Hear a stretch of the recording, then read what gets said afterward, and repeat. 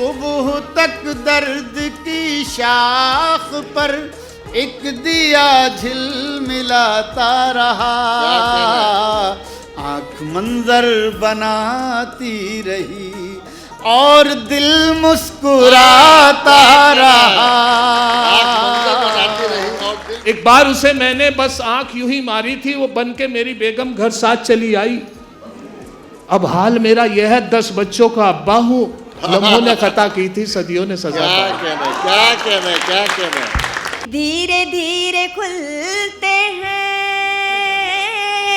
ये दिलों के दरवाजे, दिल की बात आँखों की खिड़कियाँ। क्या बात है, क्या काफिया इस्तेमाल। डीडी उर्दू की खास पेशकश मुशायरा बहार सुखन देखना ना भूलें, हर इतवार रात 9 बजे और दोबारा हर पीर दोपहर 2 बजे, सिर्फ डीडी उर्दू पर।